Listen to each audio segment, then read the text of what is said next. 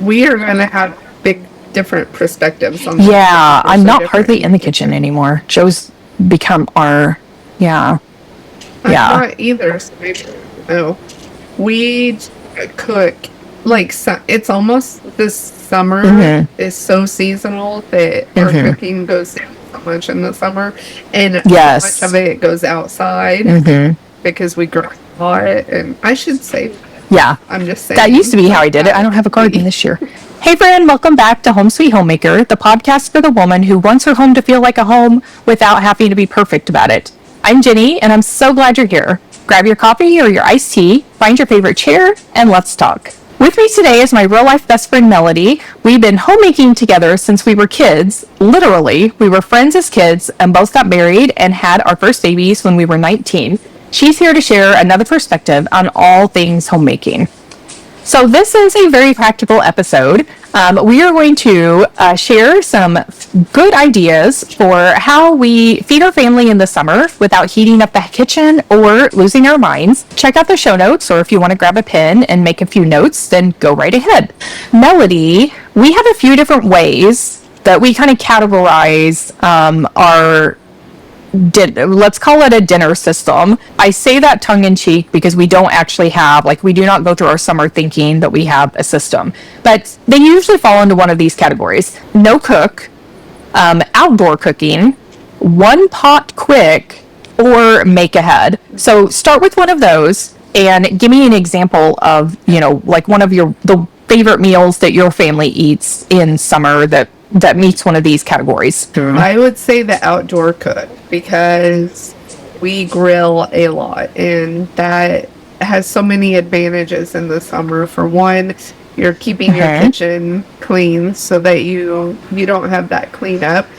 Two, you're not heating up your house because it's already so hot. The last thing you want to do is turn it up. And three, it's just delicious. I mean, I love grill. Yes. Food. So how do you guys do charcoal grill or gas? We have both, and so it just depends. And my husband's the griller, Daniel's the griller, so it's cook's choice. It's however, honestly, one of my favorite things is just a hot dog on a charcoal grill. I could eat hot dogs several times a week on, and it's just the simplest. Summer meal. I wonder how many meals as a kid we ate cooking hot dogs on a stick over the campfire and marshmallows. Like so many. We ate so many hot dogs as a kid. Oh my gosh. Oh, but they were so good. That's probably why I love it. Yes.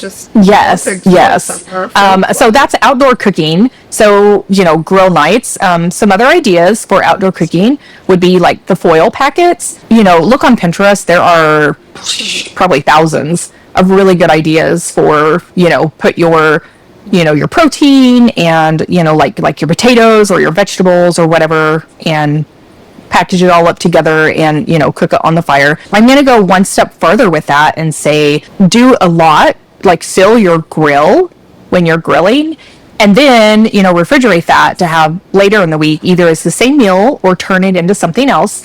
And then you have a make ahead meal, but you only cooked once and it was outside. So I kind of feel like that's you should get a medal or a trophy for doing something like just really nailing that. I just think that it's that's the way to live life right there. So, and then Melody, tell us what that meal was that you and your son made the other night that was kind of like this, right? Because you guys originally grilled the first meal. Was that the meat? Is that what you had said? Yeah, it was a pork shoulder that we had made, and there was so much meat left, and it was in my refrigerator. And my main purpose too was I don't have the room in the refrigerator. What am I doing with this?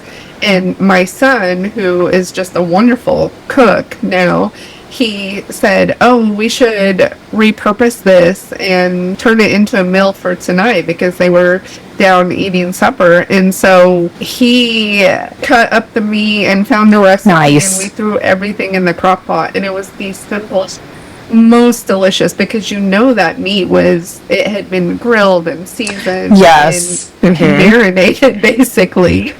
Nice. Days. Oh, It was that's yummy. really just kind of perfection because And crock-pot meals are also yes, I was thinking that idea in this. because I kind of yeah. think of those in this category, like we have the no cook, the outdoor cooks, the one pot, and the make ahead. I kind of consider the crock pot meals the one pot. Even if you just make the main, you know, like if you put the meat in and because you want it to get like super tender or something, you know, because then you're going to be able to finish it probably way less time on the cook stove, you know, even if you do finish it on the stove. And in fact, after we get done with this recording, I am putting one of our very favorite meals into the crock pot. Instead of giving you the recipe, I'll give you the website where to find the recipe because I would just be copying, saying what is on her recipe. blessthismessplease.com. Melissa has amazing recipes. And this is so search on it, crockpot chicken stuffing.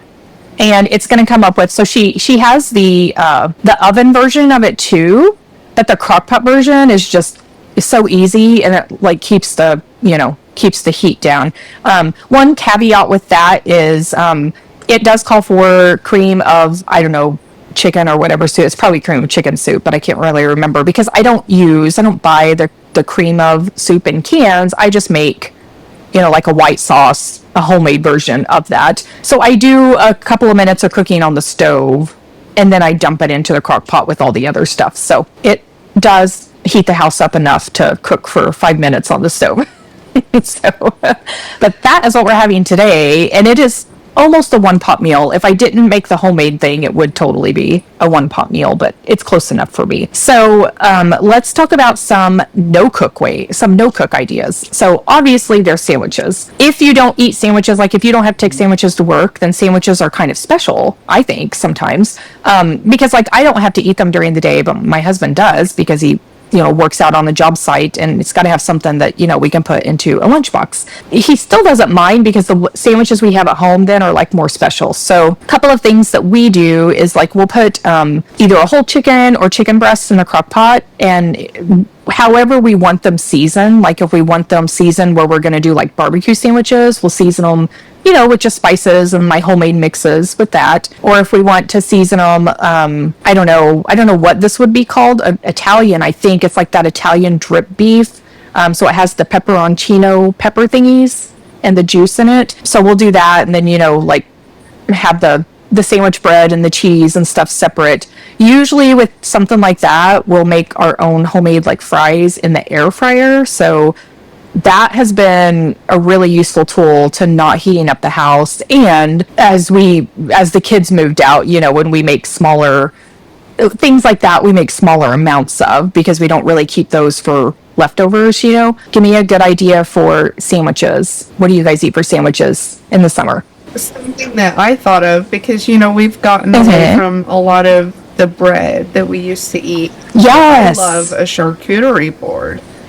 I just put the meats and the cheeses on there, and also Daniel come up with this, and this is one of our favorite things now. Is it's like a lettuce wrap it. We just use the lettuce, meat and cheese in there, wrap it around some dressing if you want it, and it's delicious and it's light. Because a lot of times I also don't want to eat anything hot in the summer. I love salad. I call them snickety snacks. The charcuterie boards. Oh my gosh, I eat that for lunch a lot. Like I will just get everything out that I have that I'm like, okay, that like I'll get a couple of slices of ham or whatever, turkey, whatever the lunch meat we have for Joe. I'll cut a couple of slices of cheese, and I almost always have like pickled beets or some sort of pickles and olives. We almost always have olives, and then whatever fruit we have, I'll put a fruit on there. So it's I kind of feel like I'm a kid again, but it's so fun. I even have my separated plate because I really do like a separated plate. I do like that. So I know my husband makes fun of me for that. So. Okay, so that salads also for no cook. Salads are a really good way to do no cook. Right. Now, if you're going to have protein in them, one way to do it with no cook is to do canned beans, and but to do a little bit of cooking, you could do whatever meat you make, like in the crock pot, or you can make meat in the Instant Pot if you have one of those. And both of those are, or even the air fryer, those are all really good tools. Use whichever one you have to make some meat proteins to go on top of salads if you want to have protein with it. But canned beans, and you can boil potatoes. And I don't know if you know this, but you can actually steam potatoes. I call it steaming. You can cook them in the Instant Pot.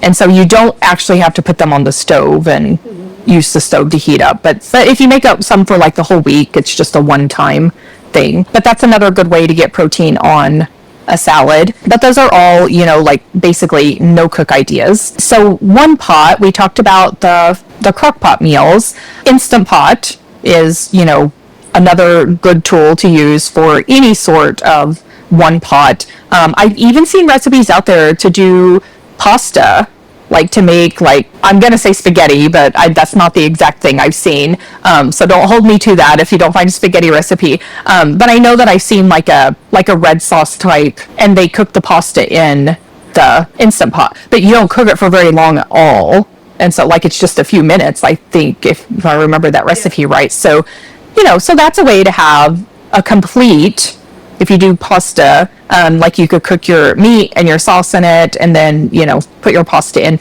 You could do that on the stovetop too, though. So it's still one pot. Yeah, you're, heating up the stove, but heating up one burner on a stove is much cooler than heating up like the oven, right? So I think we have a lot of, at our house, like all year round, we actually have a lot of one pot or skillet meals. We have a big skillet, and we'll do, if we're going to have pasta with it anyways, we'll often just add extra liquid and then put the pasta in it to cook in that, instead of doing a whole separate pan of water to cook the pasta in. And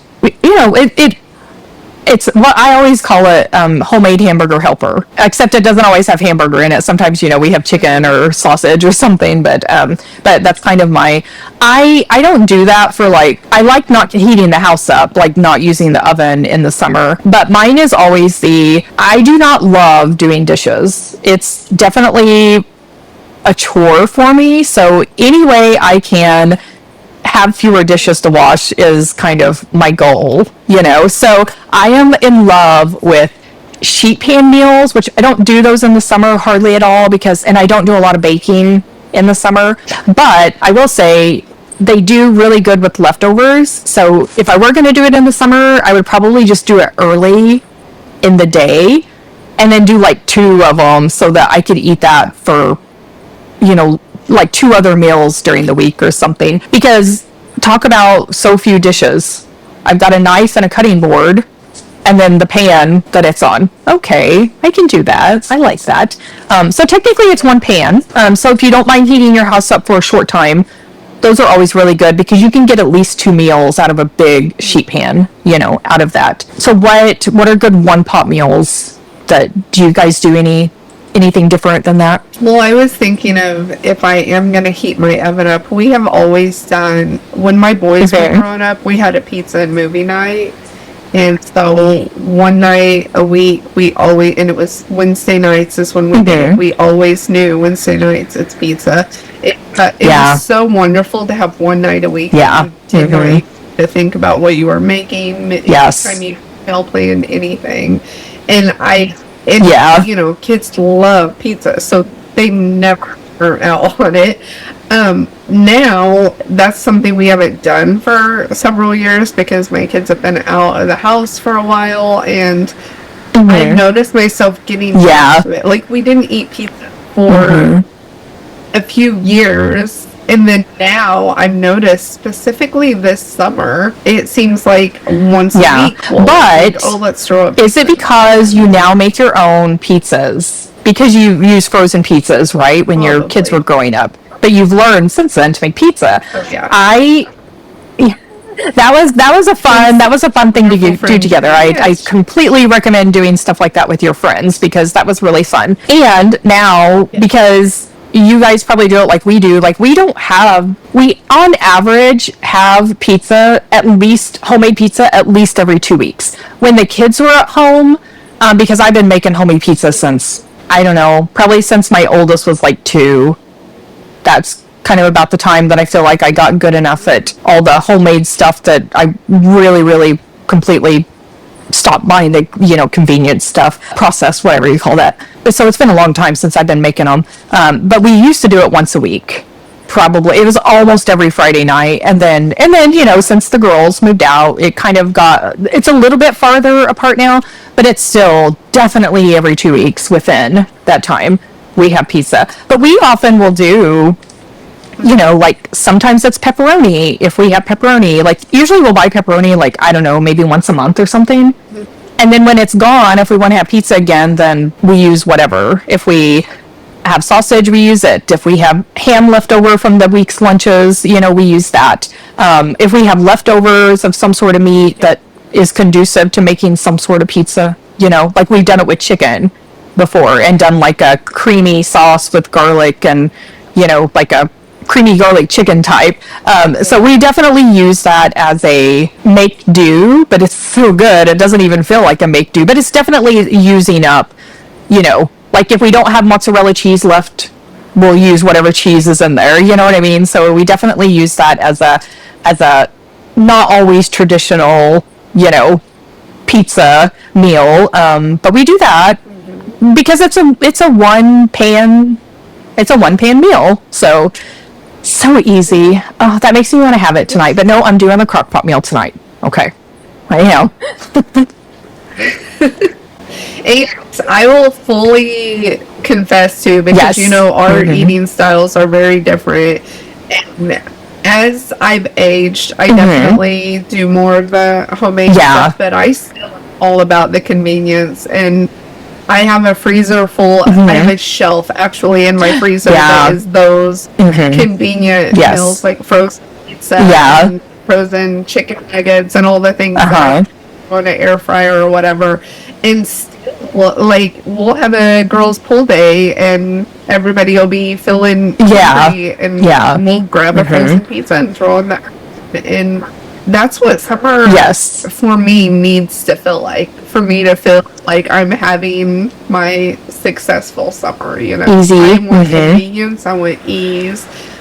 I naturally am not feeling the urge to cook like I do in the fall. Yeah, I definitely am not. And I have, as Melody said, I early on, and I always say as soon as my husband and I started playing house, then that's when we did it backwards. We had the baby and then got married. And so when we were pregnant, we, set up house together. And so I think it was right after she was born is when I really got into, like the homemade stuff. And so, I mean, that's been, a good 28 years now. And, but even with that, like even being all those years now going on decades into, I do almost everything homemade, I still go through that seasonal, I do not want to cook in the summer like I want to cook in the fall. And so I completely agree. I don't think it matters if you're 100% cook everything homemade or the complete opposite. I think you still have that. The actual like climate seasons will have some sort of an impact, on things like how you eat, how you do anything really, like what time you go to bed, because I actually can stay up till 8 o'clock right now, which unheard of, right? 7 o'clock. I'm in bed 7 o'clock, but I can stay up till 8 o'clock right now. But what I can't do is bake. I cannot. I have no desire to bake right now. It's because it's summer and hot, and I don't even crave baked things right now like I like to have, in the winter. So definitely that plays a role with, it's easier to not heat up your kitchen for food in the summer because you just don't want to, like you just want it to be easier to put food on the table. So, we've shared several different ideas with you. So, one more that we want to touch on is make ahead. So, there's so many ways to do make ahead. You can go full on, put complete meals together, either pre-cooked or, not cooked yet in the freezer. So you can just pull it out, and whatever the meal is, depends on how you're going to cook it. You can do big batch, and that's really what I like to do, the make ahead. I don't even get a lot of stuff in the freezer, but I do make ahead pretty much every single week. If you count that I eat leftovers usually for lunch, I kind of do make ahead like every day, because I purposely cook like I used to, the same like quantities as when my kids were home, of like the main meal. And like if I make vegetables or something, not really about like potatoes. Like if I do homemade fries, I don't really keep extras of those. I just don't like them as much as when they're fresh, Anything else though, I'll make leftovers of.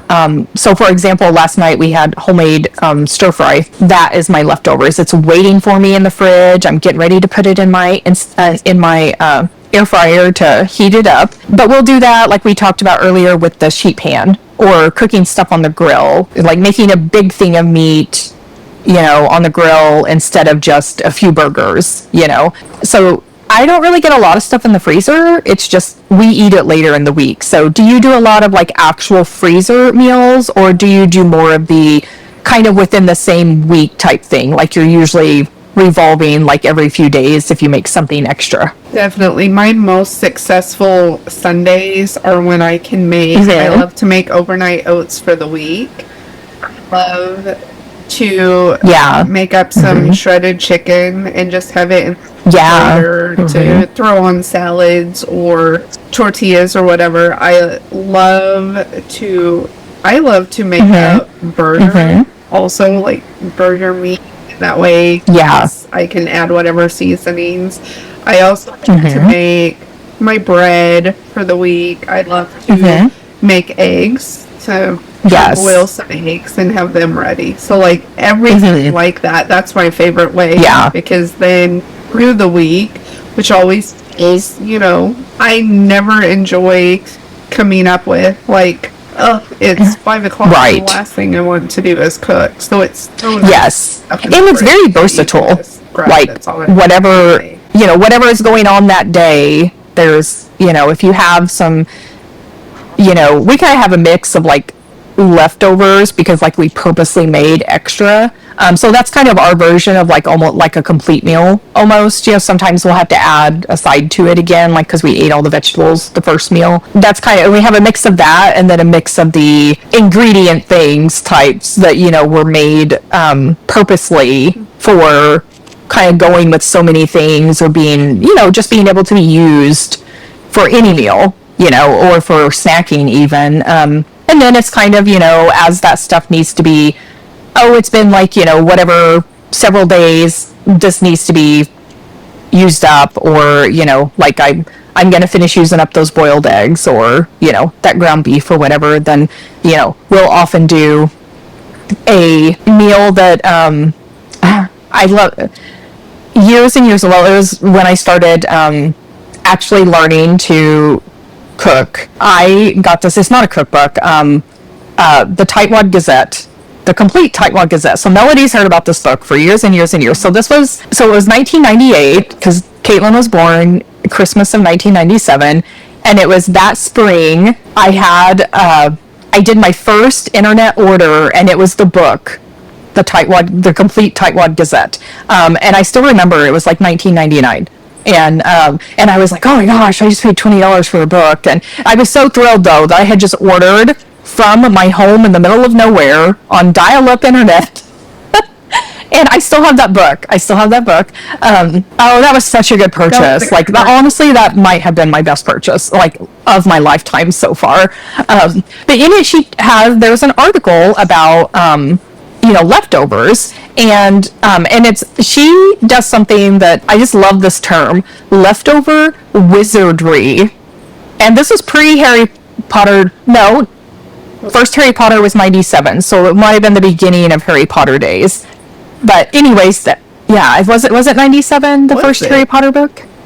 Or was it after our kids were born? Okay, yeah, we'll have to look now. Anyways, I'm gonna have to look that up. I thought that was a very interesting terminology, leftover wizardry, but it was so thought-provoking, because basically it was she talked about how they will often turn leftovers into, like, if your family doesn't like eating the exact same meal, then here are some ideas to turn it into different meals. And so an example would be, if you had a soup and they don't want to have soup again, there are a few different things you can do to turn that soup, like, into a casserole.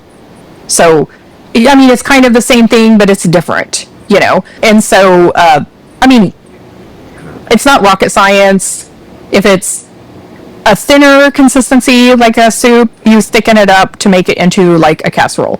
If it's a casserole type consistency, you thin it down, right? You liquid it a little bit to make it into, like, a soup. It's just, you're changing the structure, and you can change the flavor a little bit. Depends on what the first meal was. If it was lasagna, probably you're not gonna get the lasagna taste out of that. Like, it just is what it is sometimes, But that would kind of be like what you had talked about, where, you guys had, the meat, like the roast kind of, and then you turned it into, you were able to use the meat and turn it into something that tasted, like it was a new meal. And so that was really eye-opening for me at that time, because I was very open to learning all of these, tips and tricks, and I just was soaking in knowledge of anything to do with how to cook. And that has always stuck with me. And I feel like now I can literally, because I've done it for almost 30 years now,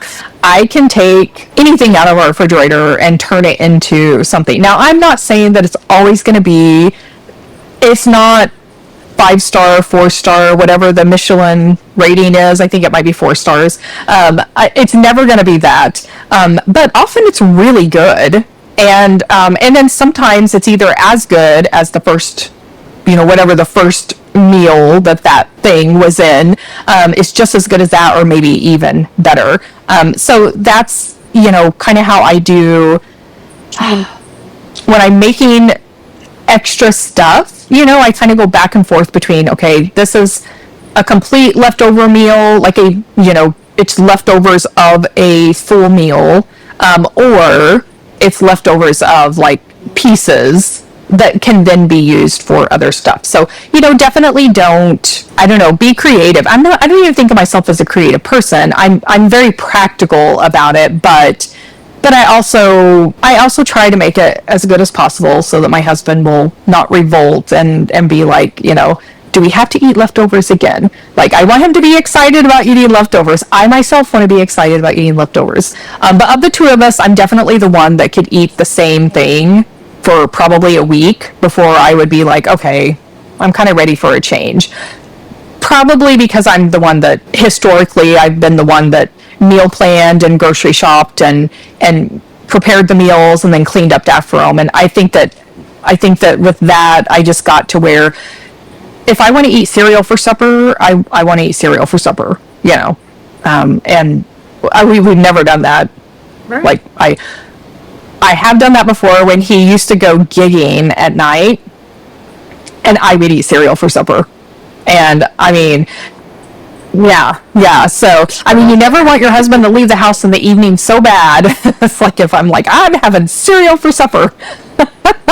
So that is, just different ways to use leftovers, or make ahead. So, you don't have to do the full, I'm sure you've seen those, Melody, where, like, the meal plans to do the full freezer cooking, where you, like, get all this, you buy all the stuff and you come out with whatever, like, 14 to 30, like, complete meals, like complete dinners and stuff like that. That is amazing. And if you can do that and you like doing that, then yes, absolutely keep doing that. If that overwhelms you, or you're like, I can't even imagine how that would be, then don't worry about it. Just, do any little thing you can, like make something extra, or make something, I don't know, I call it meal prepping.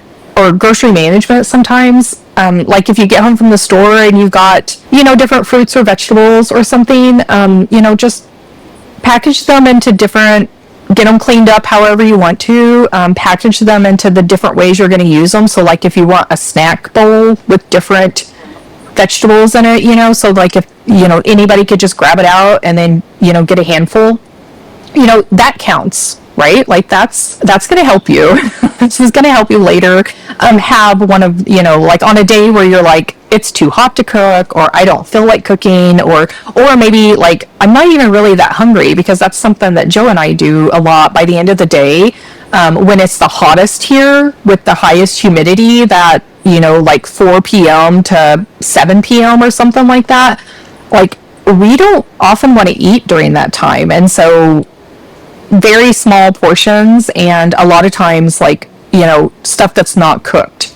So that would be a good time to break out the charcuterie style board, the veggie sticks or the fruits. We eat a lot of fruit during that time. I think that it's okay, especially during summer, to try different things and to not be hard on yourself for not having a real meal, right? Like, because it's about relaxing, right? For sure. Okay, so I had to look up Harry Potter. Harry Potter and the Philosopher's Stone come out in the UK in June of 97, and then it hit the US as the Sorcerer's Stone in September so it of was 98. it was so yes, 98 for us then. Yeah, so we would have got it in 98 probably. I don't know if I got it till 99. I can't remember. I think it had been out for a little while before. Yeah, before I got it. Right. So there you go. That's how long we've been meal planning and trying to make easier to eat in the summer. Is since as long as the Harry Potter books have been here. So that's a oh my gosh, we can't not talk about books. We just can't not talk about books. Okay, so we're gonna, wrap this up. But I did want to mention one really fun idea. Didn't really do this intentionally when my kids were growing up. Although then later, as how good of a mom was I? Like, how well prepared were my children to go out on their own type thing? I second guessed it, but at the same time, my kids are completely different. They have their own personalities.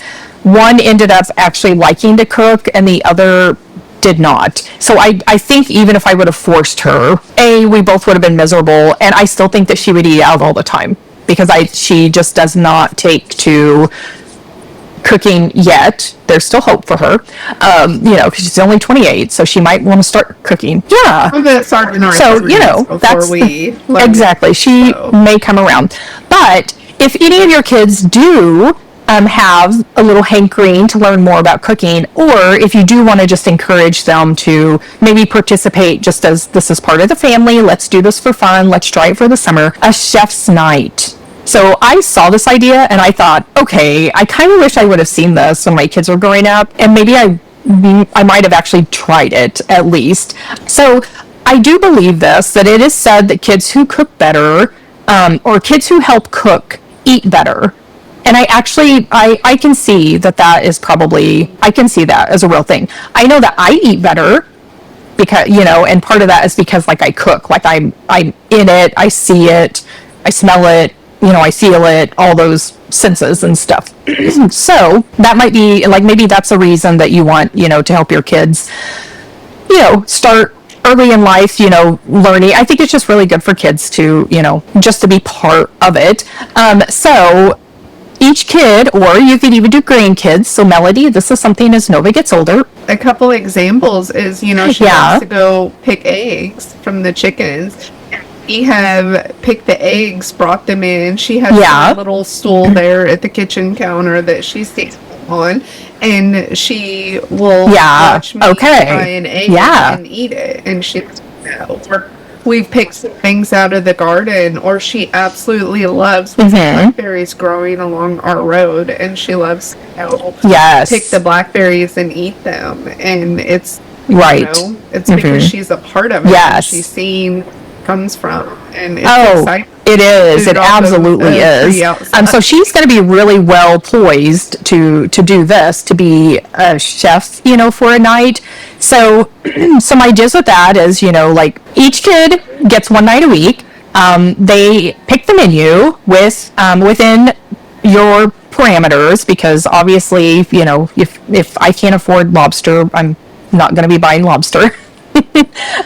So they help plan it and prep it. And even if you're going to the grocery store, my kids usually went to the grocery store with me anyways, but if they don't usually, then maybe they even help you like do the grocery shopping. It depends on your kid's age, obviously, how much you could stay out of the kitchen. If they're teenagers, you probably could stay out of the kitchen completely, and they could, if they helped find a recipe, or if they're making something like that you've made like their whole life, then you could very easily write that out for them, so that if they were old enough, they could follow that, without you. Obviously, if they're younger, you're going to have to, you're just going to have to be in there and just let them do what they can do at their level. So as they would, I think that the goal is just for them to have as much hands-on participation in it, so that they're like owning that meal, you know what I mean? So it kind of helps you meal plan. Like if you do that, for the week, if you have one kid, it's at least one, right? So like you just know it's going to be chef's night. Sure, you could also do like a short list of dinners they can pick from, so that way like what you have in the pantry or on hand, and just know what night ahead of time what night they're going to do, so like defrost that meat or whatever. But I really like that idea. I wish I would have thought about that years ago, because that might be something that I know that one of my kids would have enjoyed it, because one of our younger daughter, Anna, she was always in the kitchen with me. Like to this day, she's almost 21, and if we're together, she's in the kitchen with me. and and she's in her own kitchen all the time. So she definitely was just more personality-wise predisposed to, she was going to be in the kitchen, I suspect. But maybe it was just seeing me in the kitchen that she kind of gravitated to that. I don't know. But she made complete meals. I don't remember how old she was. It's probably 14-ish, something like that. And I got my first night where I did not have to make a meal. And I didn't actually know what to do with myself. It was the weirdest. It was so fabulous, but it was so weird, because our house, or it was our last house, our little house, the living room, kitchen, dining area was all together. And so, if I'm going to sit down and read a book, I'm like, she's just across the room from me in the kitchen cooking, and I'm just a natural helper.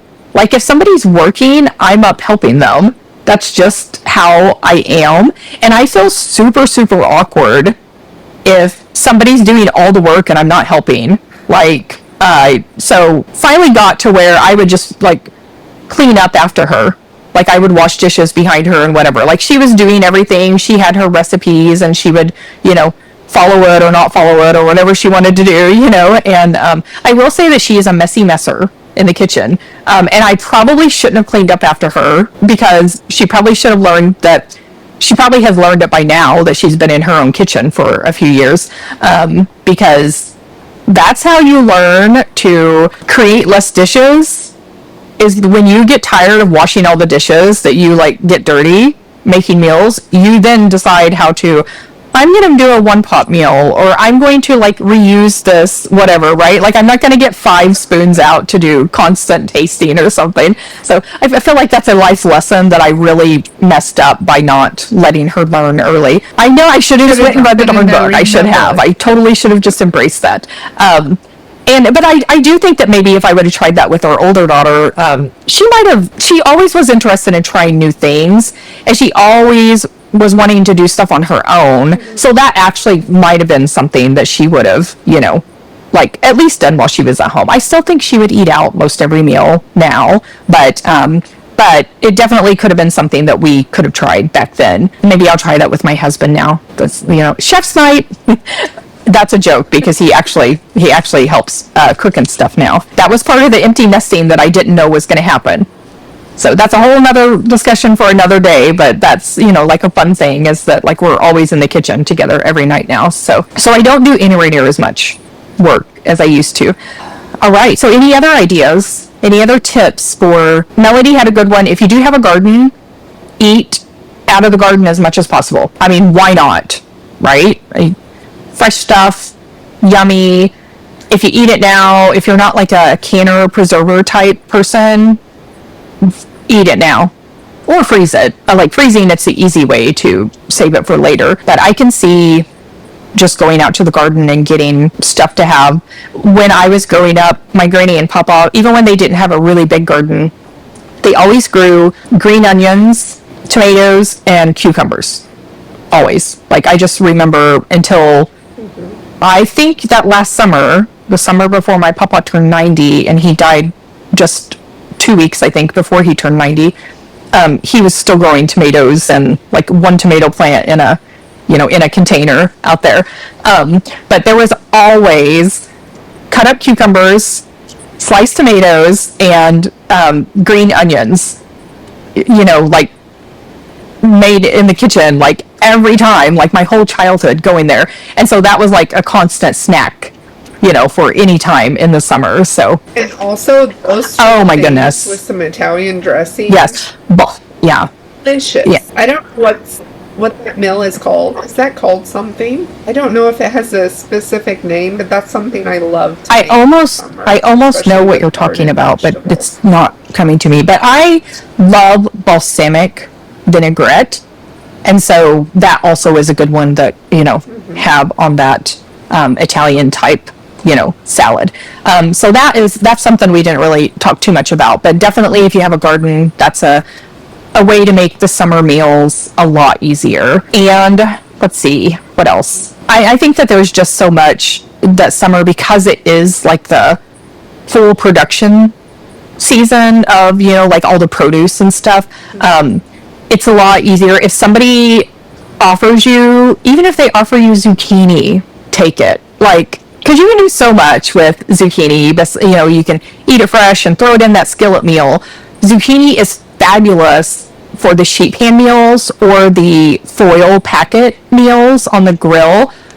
It's the perfect vegetable. It holds up so well, but it cooks fast. And so, like it doesn't get too mushy, but it cooks faster than like potatoes do. So that's a really good one. So if somebody's giving away produce, take it, or go to the farmer's market. If you have a garden, use the stuff out of the garden. So that is, a really easy way to look at, like, this is what I'm going to start with, and then I'm going to build around it. So that's kind of how I think about like every meal, is like, what do I have like that's ready? What do I have that needs to be used up? And then I just kind of go from there, and add the stuff in.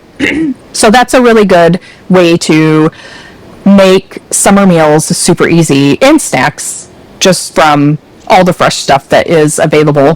Smoothies are a really good thing for summer, because you can make them, they're obviously no cook, and you can make them as on the sweet desserty side, or you can make them like more savory. And that is, so I started doing this a few years ago when I was trying to get in more vegetables to help fight the MS. I had gazpacho one time. So the soup, it's an Italian soup that has like, tomatoes and zucchini, and I don't even remember what all it has in it. But it's a cold soup.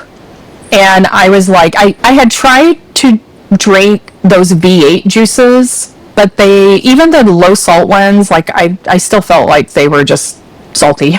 I don't know, there's still salt in them, even if they're low salt, and they were kind of expensive, so I couldn't like maintain that. And I was like, well, how can I do this myself?